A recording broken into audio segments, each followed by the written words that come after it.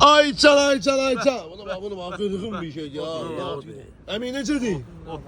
Çox biabırçılıq. Yaxşıdır. Canım. Diyan da hələ də diyan da. Yani indi başlamış ya. Nəsə indi qoy başlamış. biliyə görək nədir də, şəklini görək hələ. Vay. Marımalı atmal. Ha hindi deyinə. Deyən Hələ baxaq onu da. bütöv Yox, deymə. Gözlə mən əlcəm gəlsin. Deymə. gözlə. O şey deyə bilər. Ülvi götür. Allah əlcək nə deyir sən can?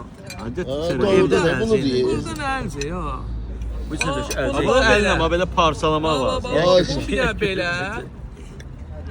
Ha necə deyir mi? Bax. Ayçal. Ha, canım. Deyən deyəcəm sənə. Dey əmi, dey. Hə.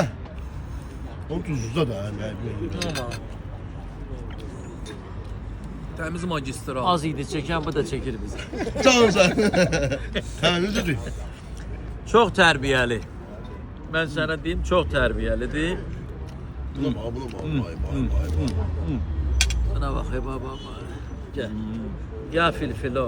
Can sən, bunu şərir. Ya filfilə. Nə desən yemirsən də? Mən su baxıram da. Baxıram doyuram. Sən qabağımdan yemirsən də. Yo, heç var. Heç var. Nuş olsun çizməli. Əla. Hə, necədir qardaşım? Əladır. Əladır. Mən bunu Çox necə yaxşı. parçalayayım bunu belə. Nadir bunun ileyini neyniyeymiş? Gülüyünü heç nə vura dağılacaq. Vay, onda qız məndən ürkər. Canım Elə sağ ol. bilər ki, Abrazamovski.